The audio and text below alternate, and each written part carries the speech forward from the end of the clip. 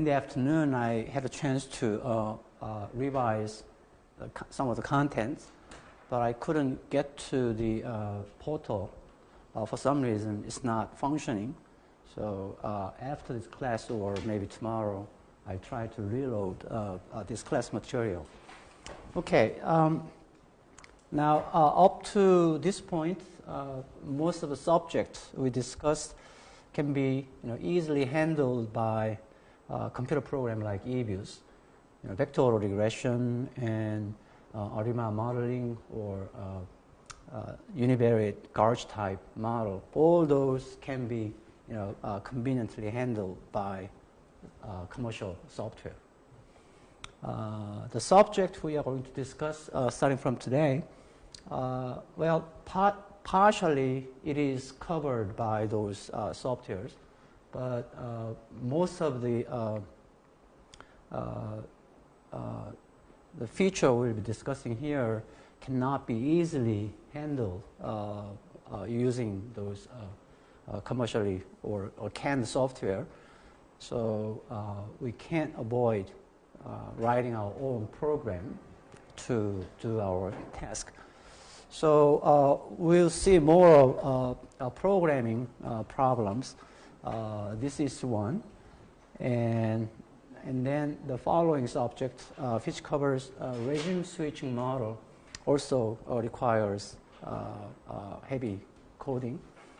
And also we can have very complicated situation where we have to deal with this type of state space model at the same time regime switching thing, one framework. So that's one of the most complicated things, but we can handle that using our programs, which I'll give out later on. Okay. State space model. Before I introduce more detail, probably better introduction to this type of subject. You can find more basic textbook like the one I introduced at the beginning, so you can read it. And also there is a very nice book, thin. This is technology. Very similar number of pages, but this is printed in the United States and this is printed in Korea. So that's the technology, right? The authors are Professor Changjin Kim of Korea University, who's been my best friend for several years, and Charles Nelson, professor at the University of Washington. They deal with state space models with regime switching. So basically, a very complicated book, but very interesting discussion about the application of this type of approach, along with sample code. So you can download it and then you can practice that with that code. Also, this book discusses how to proceed so-called Bayesian econometrics. What we are doing here is basically in time domain, and there is another dimension called spectral domain, and also, both of them are within standard econometrics framework, but the Bayesian framework is very different. Heavily involved in mathematics, statistics, and so on. So, but this is a very good introduction to that. Okay. State space model basically consists of pair of equations. First one known as observation equation or sometimes measurement equation. Okay. You can think of this one as, for instance, something observed or something measured. Let's say that's inflation. Of course, there could be some true inflation. But you have to do a survey to measure those prices, right, within a country. So we usually assume there is some measurement error, right? For the time being, let's think of ZT as just unity, so it doesn't matter, right? So YT equals to alpha T and epsilon T. Well, if you don't make any assumption about alpha, you cannot actually, remove this measurement error out of observed value to get true inflation, right? So as long as you know something, or as long as you're willing to make some assumption about the dynamics of this, for instance, in this case, this is basically a vector autoregressive process. So if you are willing to make some assumption, along with some assumption about the distribution of those residuals, then somehow, magically, you can actually calculate this number. Okay. So this could be measured income, this could be permanent income, this could be stock price, this could be fundamental value of stock price. So this could be like bubble or something, right? So there are many cases we can think of, where some of the variable of our interests are not observable. Okay? So this methodology is about handling those situations. So if you look at the first equation, the fundamental assumption is basically this is normally distributed with variance h. I put here subscript t because in general, that could be some constant, or that could be time varying. Okay, like heteroscedastic process like gauge class model. Also, y could be univariate time series, or it could be vector of time series. So if it is vector, and this is also vector, so this has to be multivariate normal, right? Okay, here a thing called state equation, or sometimes it is called transition equation, is basically written in the form of AR1, or if it is a vector, then this is simply VAR1 process, where we don't see often in a Briere representation something like this one, but later on, when you actually build a model of this sort, you might find it handy to introduce some matrix R as opposed to just simply adding eta t only. Okay, so we'll see that later as it comes out. And also, if it is vector, then eta is vector, and so this is covariance matrix, and the distribution is multivariate normal. Okay.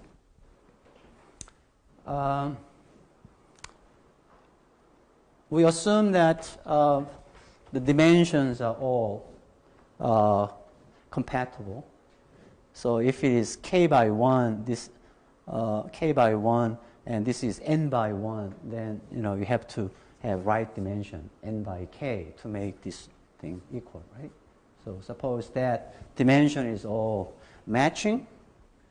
So here is an example of state space equation.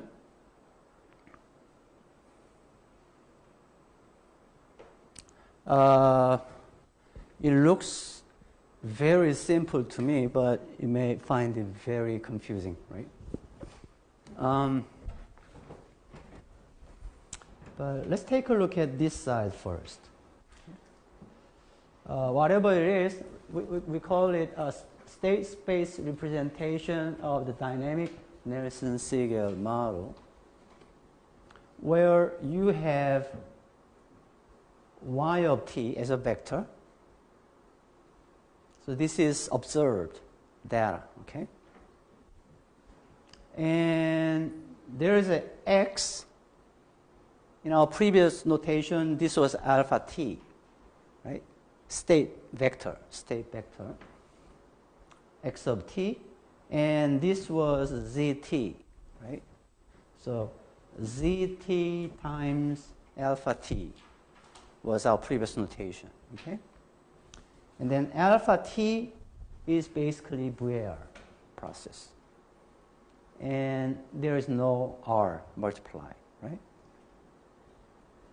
Well, basically, this one is the same as this. So let me explain what we got here. Okay, y is, let's say, spot rates. We've seen many times, right? Spot rate. And tau is maturity. So for different maturity at time t, there are, many numbers, right? In a vector corresponding to each maturity, right? Is equal to alpha t, beta t, and gamma t. Okay? And as you can see here, to alpha t, it is multiplied by 1. 1, right? Do you see that? 1. To beta of t, you are multiplying this thing, right? And for gamma t, you are multiplying this thing. Okay? So what we have there is, here is 1, and here is maturity. For each maturity, values are all 1, right? So there are many maturity and spot rates, and it is added 1 to 1, right? So alpha t times 1 is affecting everything, right? How about this thing? Well, suppose lambda is known. Lambda is some parameter to be estimated. And this is function of tau, right? Function of tau. And that one will look like, starting from 1, it will be decreasing like this. So what it says is, actually, this is scala and scala and scala, the single numbers.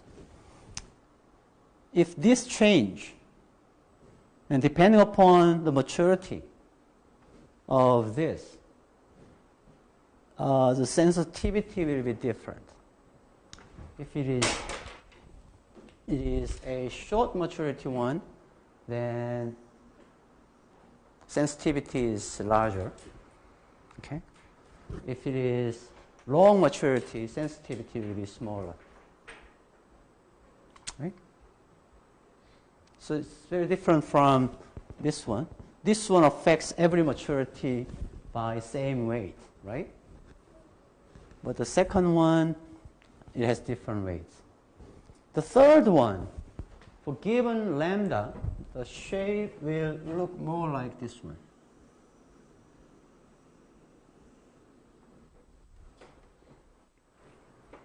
So yes, smaller weight at short maturity, increasing, reaching some maximum, and then start decreasing.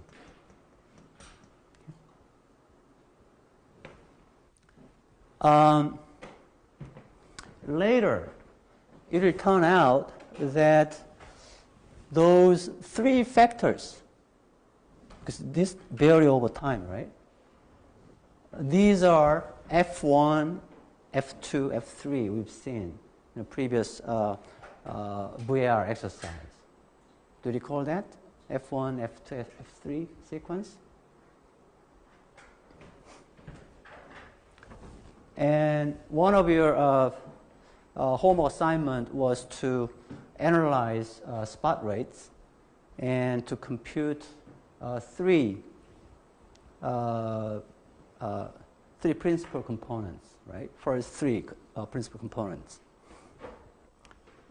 It will turn out those three principal components will be very similar to these three. But let's save that and come back to that later. But anyway, so the dimension of the problem is, well, if lambda is known, it's a time of these are function of tau, right? Function of tau, and this is a vector.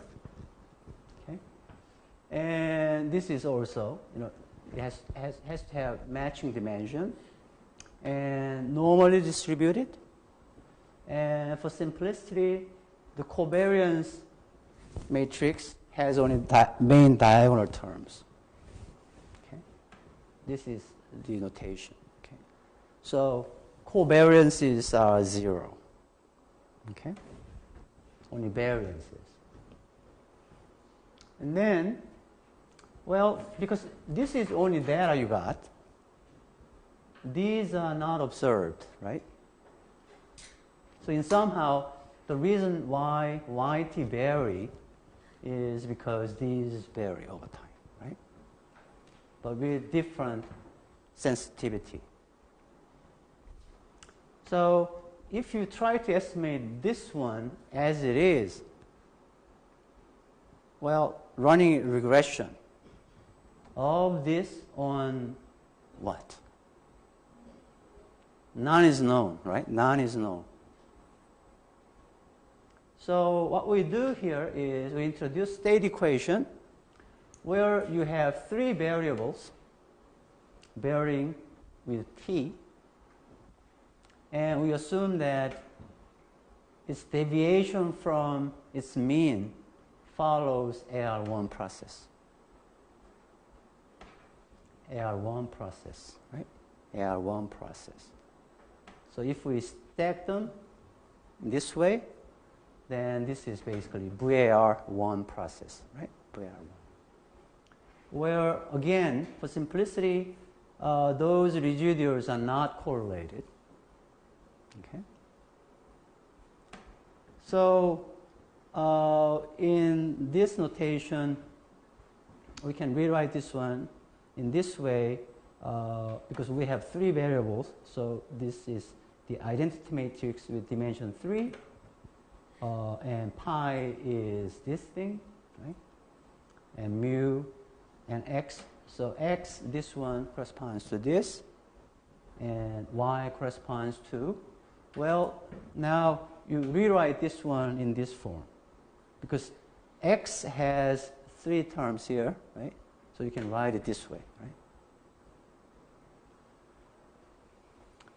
So the question is then, can we estimate this model? Okay. What are the parameters to be estimated in this case? Of course, those, right? And those. And those, right? And lambda. And also, if there are n spot rates at t, then n sigma squared, right? The variance of measurement error, right? So this one will look more like this one, right? Along the diagonal terms, right? So those are the parameters to be estimated. But suppose you are interested in seeing historical plots of alpha t, beta t, and gamma t. Well, those are not something to be estimated. Those are something to be calculated when you actually estimate the model. Okay.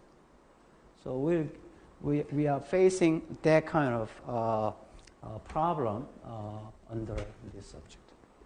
Okay.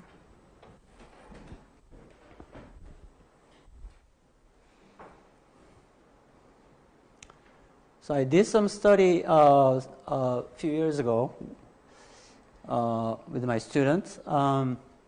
Basically, the exercise of modeling this one. So this data corresponds to this y vector.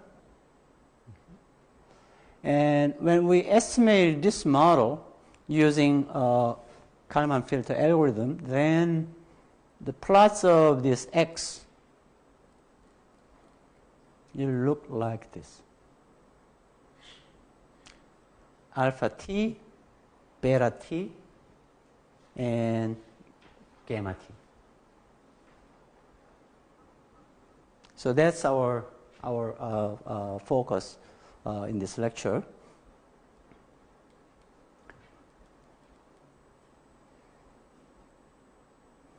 Okay, the estimation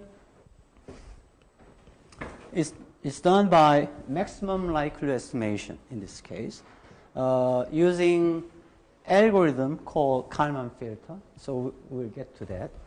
But let me briefly explain what we mean by, well, the basic idea.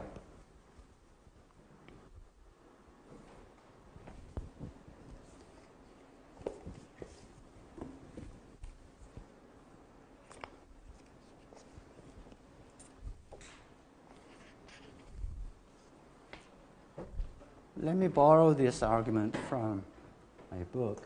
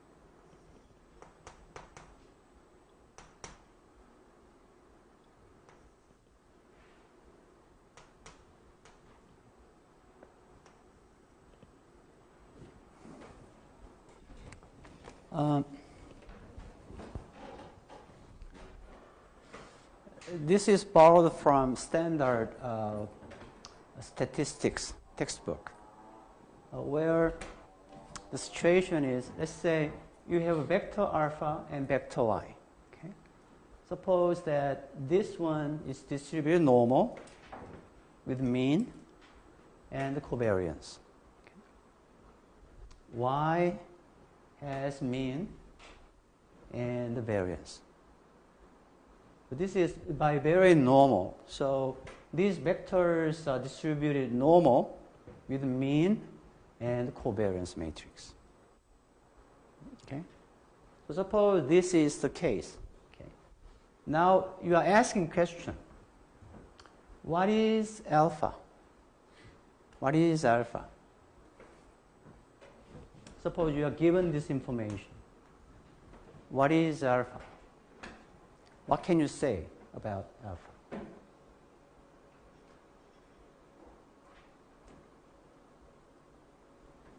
Well, alpha is something distributed normal with a mean and a variance, right? That's all we can say, right? That's all we can say. But suppose they showed you the information about y,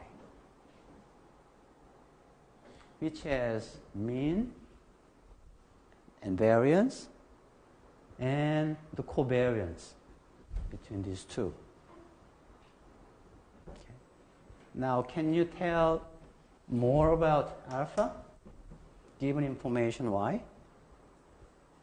And answer is, of course, yes. Right?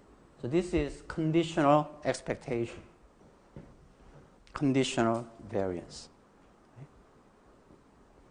So if you don't know anything about y, then this term doesn't appear. All you can say is alpha has mean mu alpha. Okay?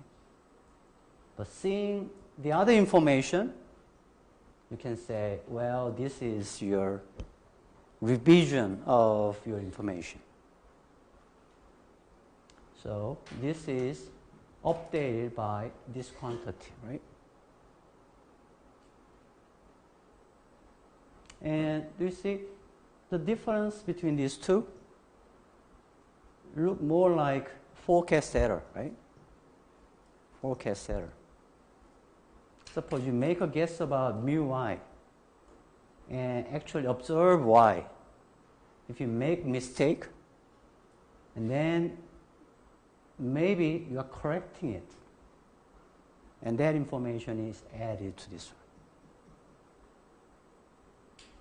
So the Kalman filter introduced here is basically using this information. This information. Okay? It's actually calculating these kind of moments and then plug it in. But the thing is, because this is an algorithm, it allows you to calculate things recursively. Okay?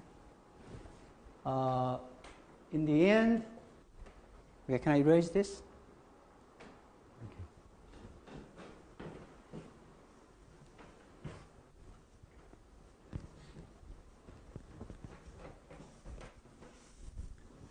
So what I showed you is basically very a basic idea underlying this Kalman filter. But now I said estimation is basically done by maximum likelihood estimation. Okay.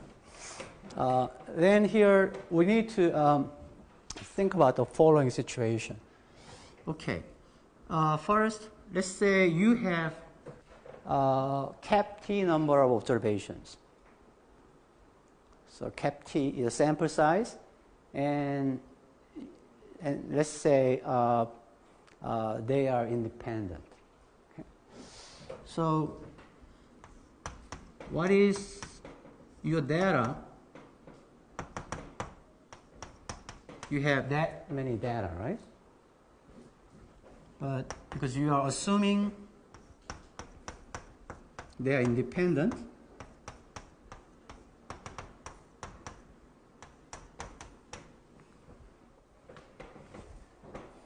my son, a freshman business school this year, is taking statistics course, and he was asking me, true or false question, from previous, questions, practice questions. The question was true or false. If something is independent, correlation is always 0. True or false? True. True. Now, if correlation is 0, will it be statistically independent always? Will it always statistically independent if correlation is 0? So the other way around, right? Is that going to hold? Answer is false. Right? Statistical independence is this. The joint distribution is simply the product of marginal distribution. Okay? So to make this thing equal, whole distribution has to be has to satisfy this equality, right? But when you say expectation or variance, those are cases of linear relationship, correlation. Those are all linear, right? But the data structure could be nonlinear, right? Nonlinear. So even if correlation is 0, doesn't necessarily guarantee that this relation holds. Okay. So that was true or false question, a freshman statistics course. But anyway, if they are independent, then this is the case, right? Suppose F is normally distributed with mean mu and variance sigma squared. We know how to calculate, let's say, this thing. 1 over, let me write it this way. 1 over square root 2 pi sigma exponential half x1 minus mu sigma squared, right? So this is the normal distribution, right? If you know mu and sigma, then the shape is known, right? This is mu and sigma, right? Then you can see that this x will be distributed within this range, right? So that's what we mean by density function. Okay. Now asking question the other way around. Suppose you are observing data. Okay. You are guessing that it has this distribution. Then what would be the value, mu and sigma? That's the question of maximum likelihood estimation. Okay? So if your data lies mostly here, and mu1 is there, and mu2 is, let's say, very small number, right? And if mu2 is this, and for the same sigma, it has location right there, not here, right? So you are changing this, sometimes sigma as well, to find which one generate this type of data. Right?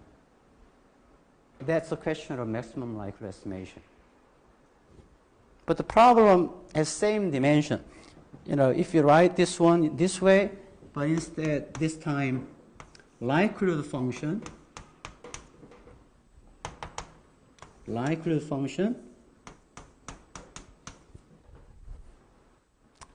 the functional form is the same, this one.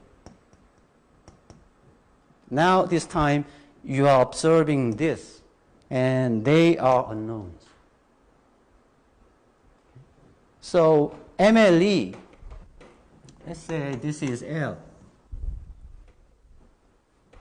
You want to maximize log likelihood with respect to parameter.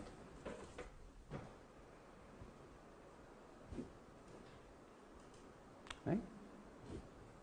So in your code, if you can write this function, and if you have a data x, and if you can write some do loop to calculate this one, and then taking log, and if you can call optimizer, then you can find this value.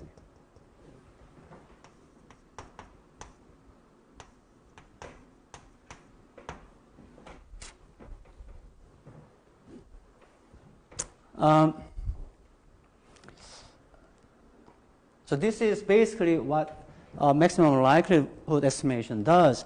But the reason why I brought this one again here in this form is, well, when you write your likelihood function, here if you see this one, the mu and sigma squared, they are population parameter, right? So this is unconditional mean, unconditional variance. Okay? But you can write particular likelihood function if you know the problem's conditional expectation and conditional variance. So at some point, your problem may need to replace, instead this one, conditional mean and conditional variance. But that's still okay to do this. So we need this part to make this one feasible. Okay. So how we do it? Well,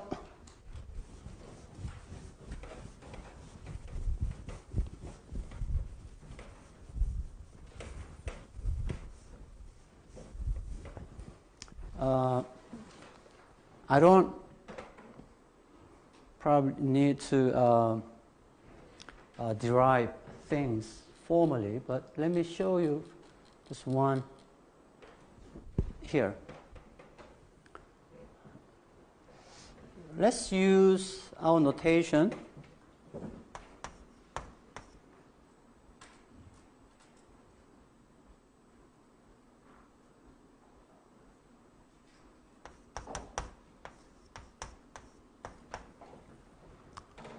So suppose you are at t.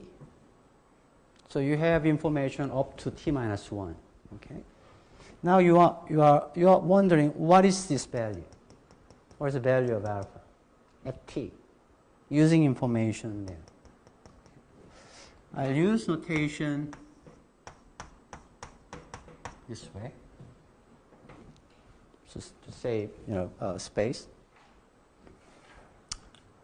So here, when you see this one, this one first. Okay. And notationally, if you can calculate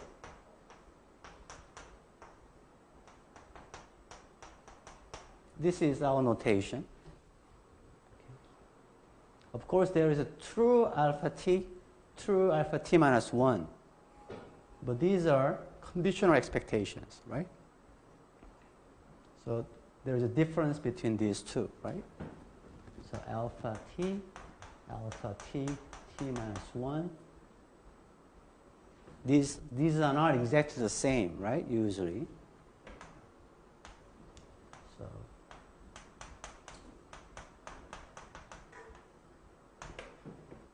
if we operate this one in vector in this way, this is usually the expression for covariance matrix.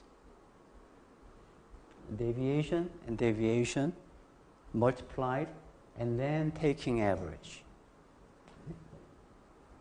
Of course, information set is t minus 1. Let's use our notation here, pt t minus 1. So covariance matrix is P, and there may be true PT, right, at T, but this is still conditional, right? Having said that, now alpha t equals to, let's say R eta t. Now you want to calculate conditional expectation.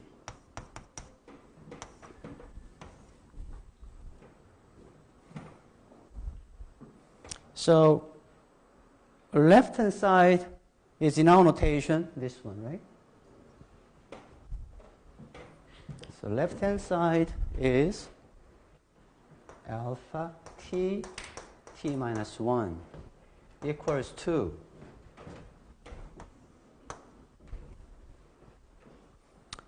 Expectation operator is a linear operator, right? So first one, this and that, right?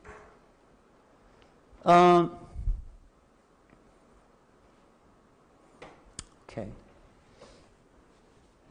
You can also define here a similar analogy. What is pt minus 1, pt minus 1? So if you replace this one as t minus 1, than pt minus 1, right? One thing known as Kramer theorem, I mentioned this previously, is will tell you how to calculate expected value of this thing.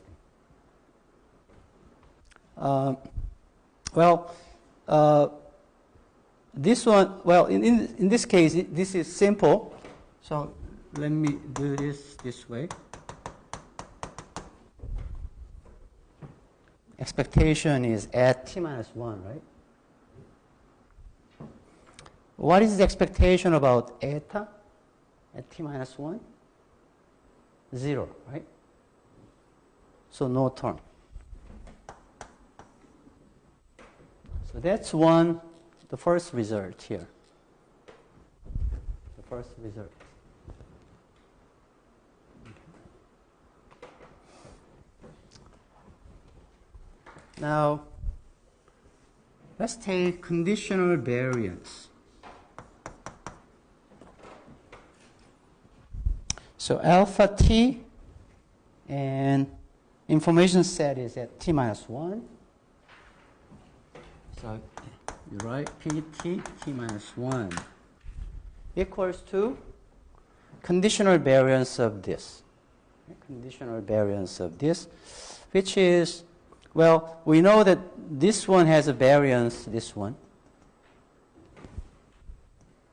and is multiplied by matrix T. So pt minus 1, t minus 1 is the variance, conditional variance of this, right? This one, but it's multiplied by this and post multiplied by t. So t transpose. Okay. And conditional variance of this one, the same. Conditional variance of this, pre and post multiply, right? Which is this. Because we assumed the covariance matrix is Q. That is Q, right? So pre, post multiply. Right? How about covariance between these two? Because error times something has no variance. So cross term disappears. So only two terms. So conditional expectation.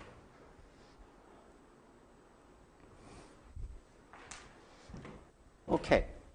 So what it says here. Suppose at t equals to 1, so 0, 0, right? Suppose you know the known value. The value of alpha 0, 0 is known. Let's say 0, 0. Okay, two-dimensional. And what are two numbers at t? Of course, we don't know yet, so we make a guess. Right? Then what is the best way of forming that kind of guess? As we said, we are calculating conditional expectation. Okay? That is, given that you multiply this one, then you get this value. Of course, this is uncertain, right? We are not sure. How uncertain? By the size of this, right? By the size of this. So if this is big, then this is inaccurate, right? Prediction. So if you are multiplying, let's say 0, 0, and something is going to be 0, right? Then your variance is going to be pretty big. Now what? Well, at time t, you are observing this one. Right? Observing y. Data. Data is our information. Okay? Yt was this, right? YT was this. But you have only one step ahead prediction about alpha, right? Alpha t vertical bar t minus 1, right? So if you multiply that by z, then that's your conditional forecast on y, right?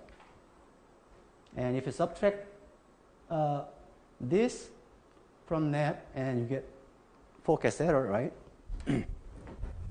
So in this equation,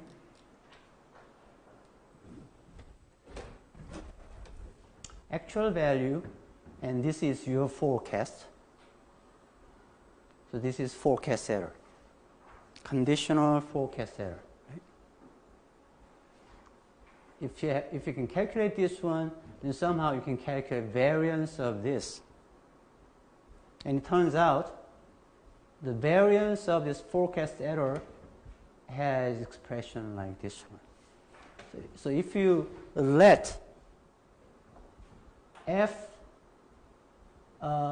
denote the variance of conditional forecast error, then the conditional forecast error variance can be computed as this one. So if you calculate this one in the previous stage, and this is data, and these are kind of matrix of known parameters, right? So you can calculate these numbers. Okay. Now then what? You made a prediction, and this is your kind of degree of certainty, right? Confidence.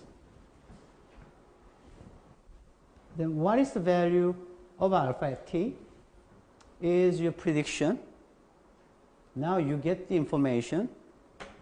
You have forecast error, and somehow you can update that information to your new or updated alpha. So this expression resembles our expression for conditional expectation borrowed from statistics book. And this one corresponds to conditional variance corresponding to this expression. Okay. So when you are done, this one this was t, right? Now, if it becomes in the next period, it goes to right there. Okay. This one goes to there. To calculate these numbers, and calculate these numbers, and calculate updated value. And you can recursively do this, and this is known as Kalman filter algorithm. You are not estimating anything. What you are doing is, for given initial parameters, you are recursively calculating this thing, right? Where you can keep store this forecast error, of course conditional, and its forecast error variance. And using these two, you can set up this one this way. So that's the multivariate version of our normal distribution.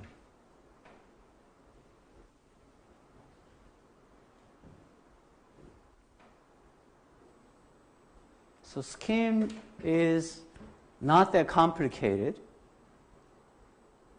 You can, so later I'll show you, how to program this one using Gauss. Okay.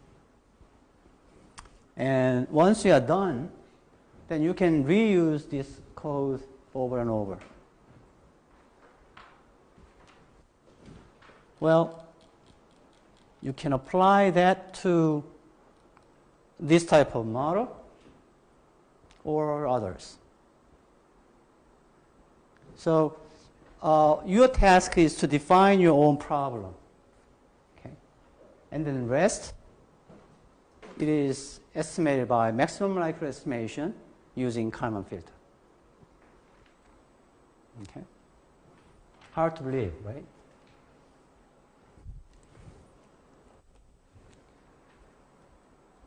Okay. Okay or not okay?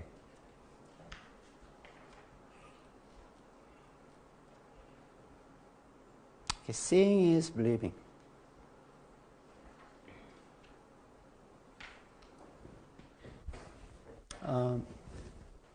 For some reason, I cannot distribute this code, so I didn't upload this sample code. But if you really, really, really have to play with it and come to me, okay, it cannot go public because it's used by someone else in an important mission. So, but anyway, you see, let me show you how to proceed to estimate that the first problem. Here, function, let's say this one. Function slope. This is the way we write Gauss function. You recall lambda from our term structure model, right? Lambda. That was the one inside this big parenthesis, right?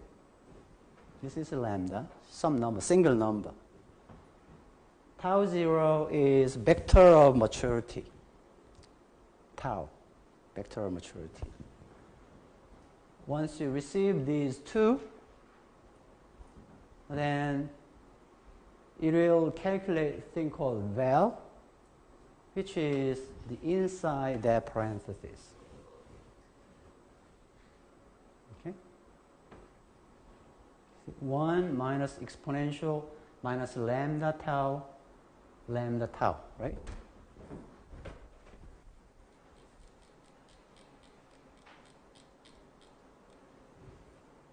This one. 1 minus exponential minus tau and tau lambda, right? But you see, this one has a dimension. Tau is a vector, right? Maturity vector. So maturity vector thing is divided by, again, vector, right? So when you actually try to divide things element by element, we use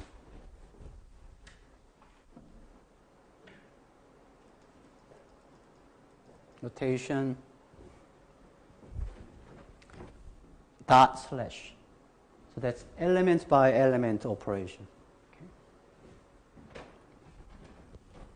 Okay. And then this function, fn slope, will return this value as an output. Okay. And the whole thing is called procedure or proc. And proc starts here, name of proc or function, and input. And here is the end of procedure, this procedure. So start with proc and end with end p. Okay? But prior to this one, you are writing return procedure. This is a returned value, right? And this one is used, but these are input. But this one is calculated inside this one. So when you exit from this procedure, this value is lost. It won't be staying in the memory. Okay. So we call that kind of variable as local variable. So inside this procedure, if you have anything considered as a local variable, you have to list it. Something, comma, something, comma, something, comma, and ends by semicolon. The same thing. The curvature, the bigger thing, parenthesis, if you receive these two, you calculate the whole thing minus that, right? So I write this function first, but you probably guessed already. In our problem, I'm defining this one and this one. Okay?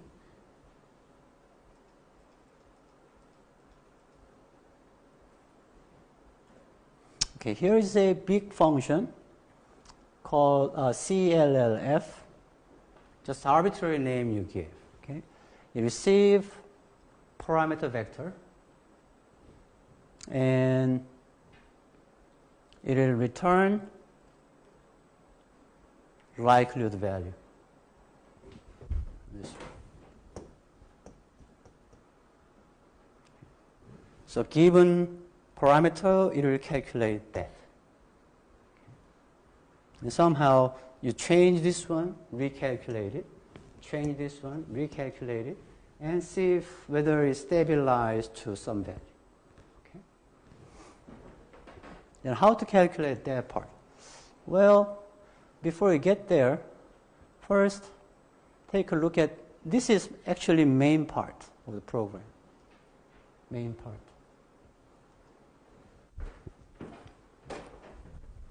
In our notation, x is alpha t minus 1, t minus 1. xt is alpha t, t minus 1.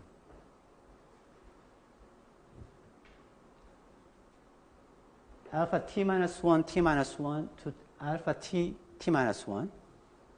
And this one is alpha t, t. Alpha t, t.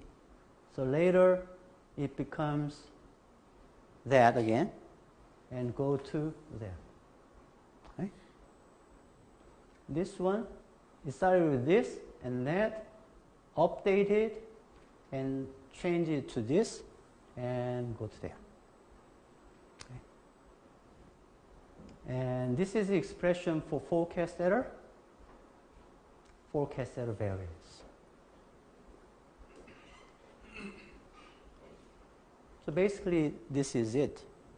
So prediction, updating, and this weight is, this is your forecast error, and that is multiplied by this quantity. So basically, this is Kalman filter. So you keep saving this, right? Forecast error and its variance. Later on, you store some intermediate thing to those, if you like. But anyway, you can calculate, this is multivariate normal function. Multivariate normal function. Where you feed in this and its covariance there. So it will return single number. The value of multivariate normal distribution evaluated at this and that. Our problem is maximization problem, right?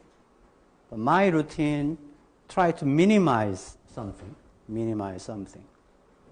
So min theta.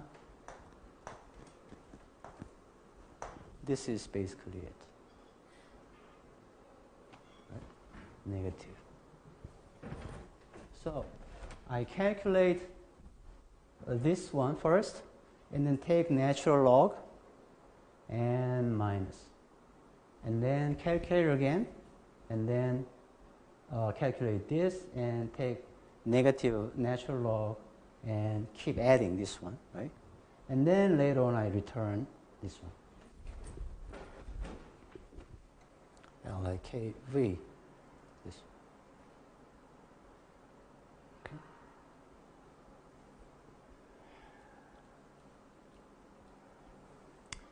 Okay.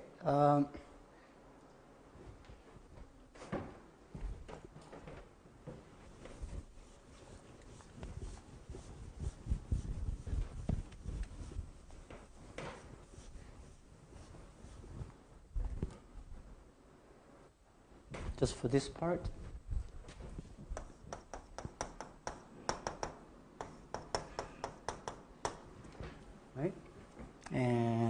working with log likelihood function. Now let's take natural log Lx1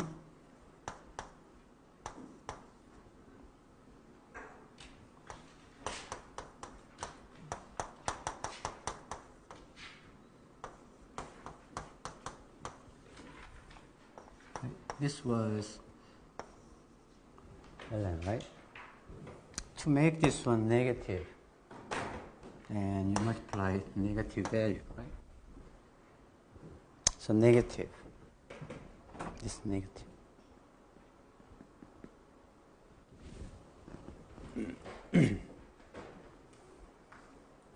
Okay, so this is the main part of the program, but this D, A, Q, those are not determined yet, defined, right? So at the beginning of the program,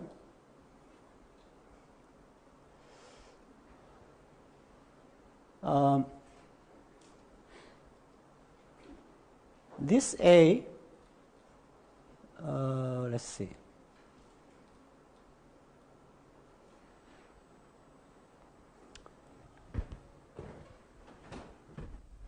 So if you receive B as initial guesses on parameters, first I define A, which is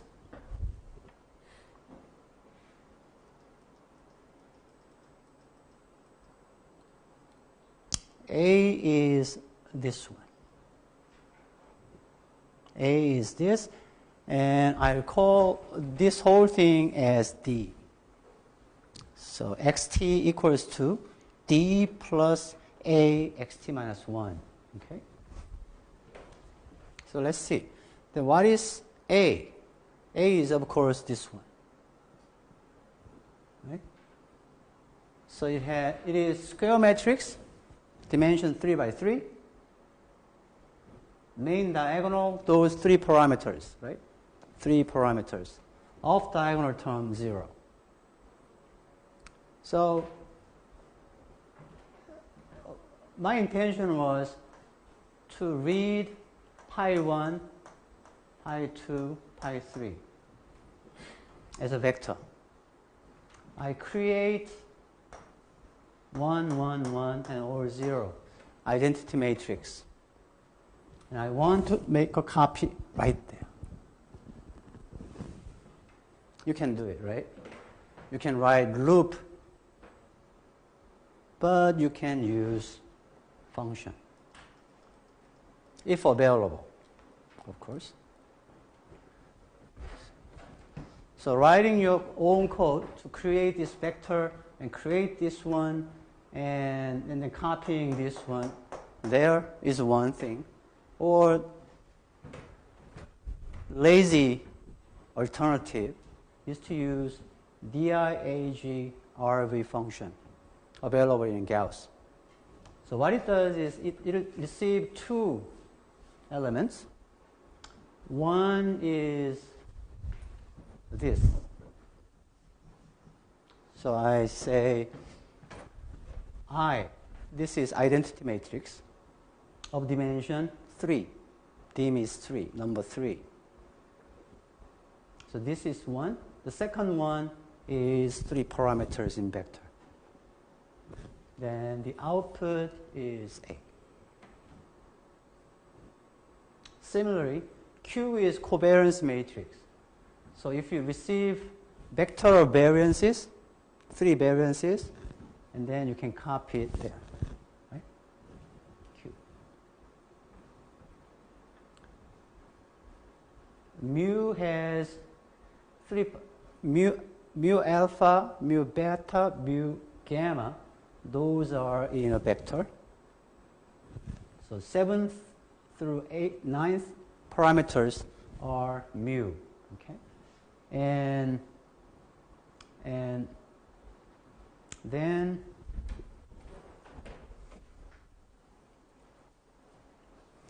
D is identity matrix minus A times mu. So that's D. So if you define up to that point, A is defined, given parameter, right? Given initial parameter, A is defined, B is defined. So you are ready to calculate this, right? If you know value X at the beginning, what is X? Well, it's going to be this one later on, right? But when J equals to 1 for the first time, what is X? No X here, right? So X is right there, right? X is right there. Then what is X0? You trace back. What is X0? X0 is mu P. So that's mu P, right? And that's initial parameters, right? Initial parameters. Well, mu P is defined as X0, and X0 is X, and then this value is assumed, right? Is that reasonable?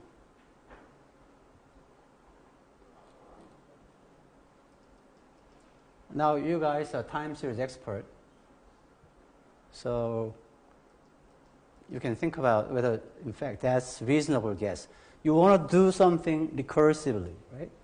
You want to initiate your calculation.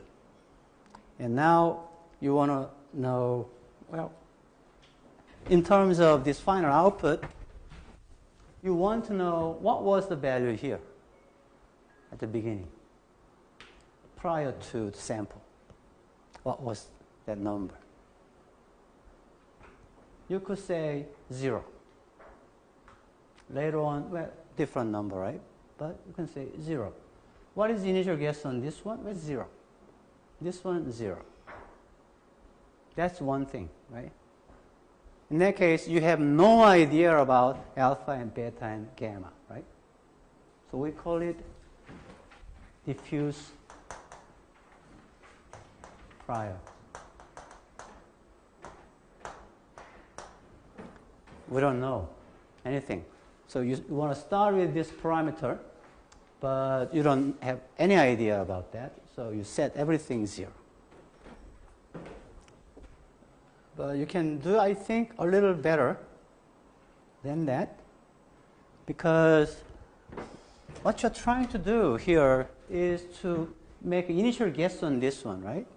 Initial guess.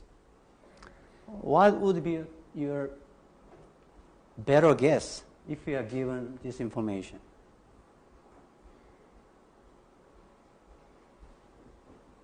What are those? This is autoregressive process, right? So this is a long average. So if you don't know anything, instead of saying, well, it is 0, you can say, well, we start from long run average, which is to be determined later, but you have initial guess, so you can assume this one is starting value. Right? That will do much better than assuming 0, 0, 0. Then how about this thing initially? This is a little harder problem.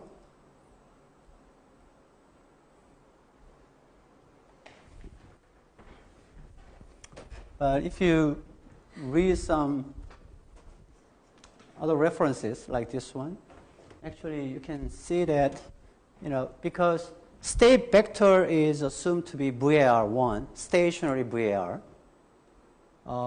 we can calculate so-called steady state variance. And this is the expression.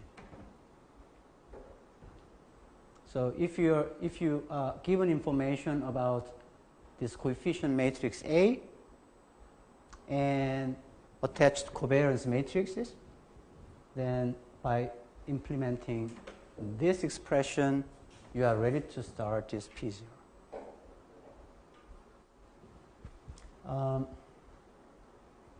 what are these in real term?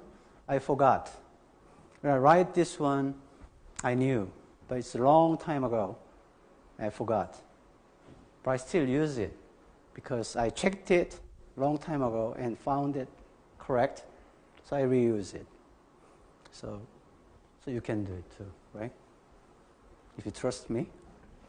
So this is a way. So if you're given, initial parameters, then you can plug it in, and then you are ready to go for P and also X.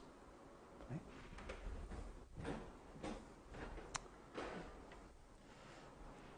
And if you look at this part, H, that's the coefficient matrix in measurement equation, right?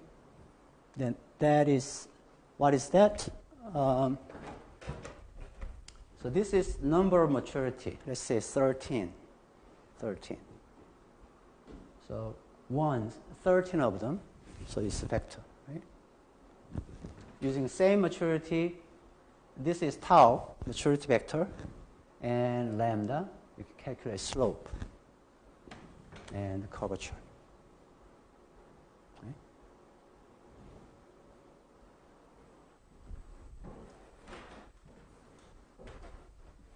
So if you are given that, then this is our data, reading it appropriately, and you are ready to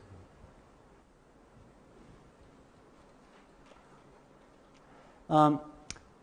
Here, let me get back to these problems later, but sometimes some of the parameters has to be bounded, like autoregressive coefficient, because we assume stationary VAR, those coefficient has to be, the value of those has to be less than 1, right?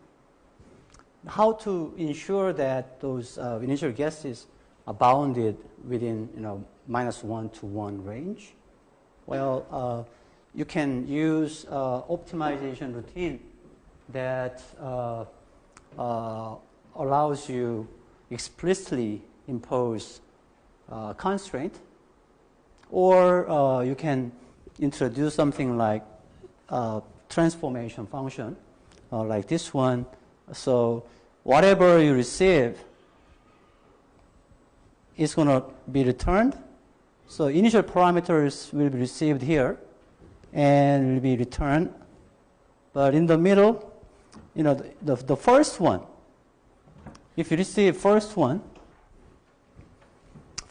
is transformed and replaces. Right? The second one, third one. But if you write it this type of logistic function, you can guarantee that whatever you receive here as a number, this number is going to be bounded from upper bound 1, medium bound 0. If you receive something, you multiply it, this number is going to be always positive. Even if you receive something negative, it's going to be multiplied, so it's going to be positive. So if you want to, 10th one is probably lambda. I want to make that positive all the time. So in this way, I can guarantee that that's going to be positive. And others, if you receive something as a standard deviation in measurement equations, by multiplying this one, you get the variance. So this is the variance. Okay. So 11th through this many is going to be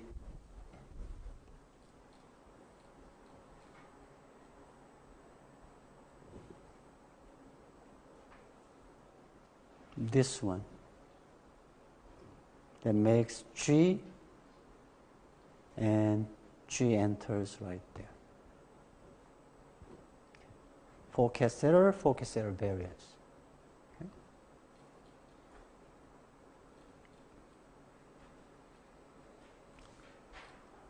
Let's see what else.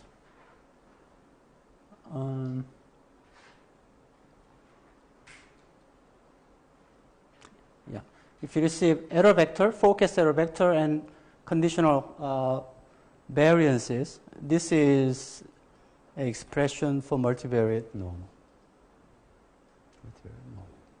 It will return value, and the dimension of VAL is 1 times 1, 1 by 1 scalar.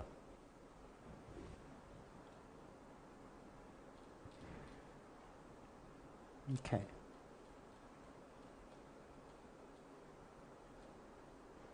So given this, all you need to do is you read the data and define maturity correctly and call optimization function that try to minimize this function given initial parameter.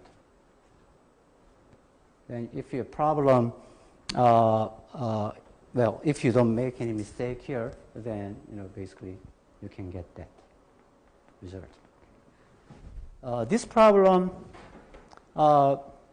looked very complicated, but if you look at the inside of the logic, it's not that complicated. But if you actually try to run this program, and you will see many, many tricks, traps. It won't be working that well. And it will frustrate you a lot. So, when we meet next time, I'll try to point out, several things about what are the, those traps. So, by avoiding those points, you can save days, weeks, if you're trying to work with this one. Just one brief hint is you're trying to build a model using so-called Nelson-Siegel curve. And I introduced 3 factors.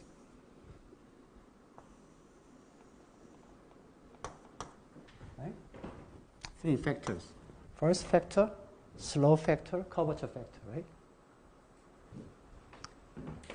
For this maturity, to curvature, it affects that much. To slope, that much. Level, this much, right? For here, 3 different values, right? But if you go to that direction, at some point, these 2 curves coincide. Right?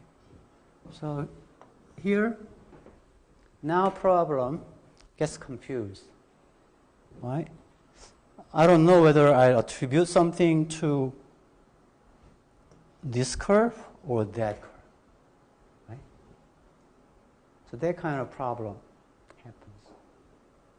So this problem will have many local minimization points, and it will fight you back, very hard. Try to resist as much as you can.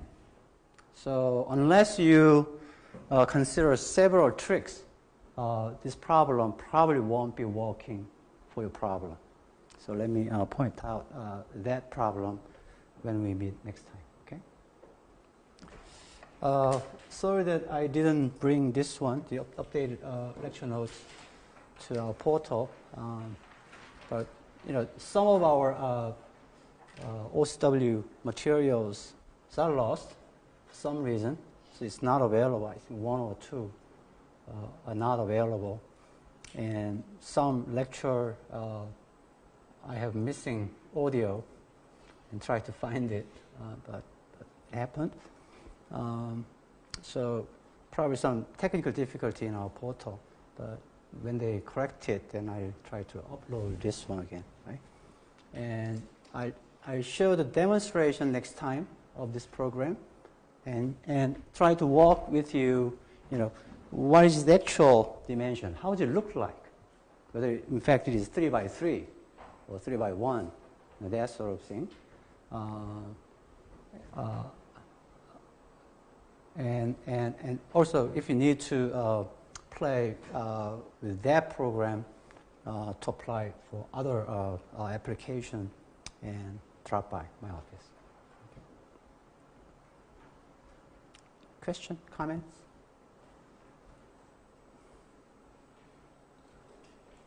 Okay. Thank you. That'll be all.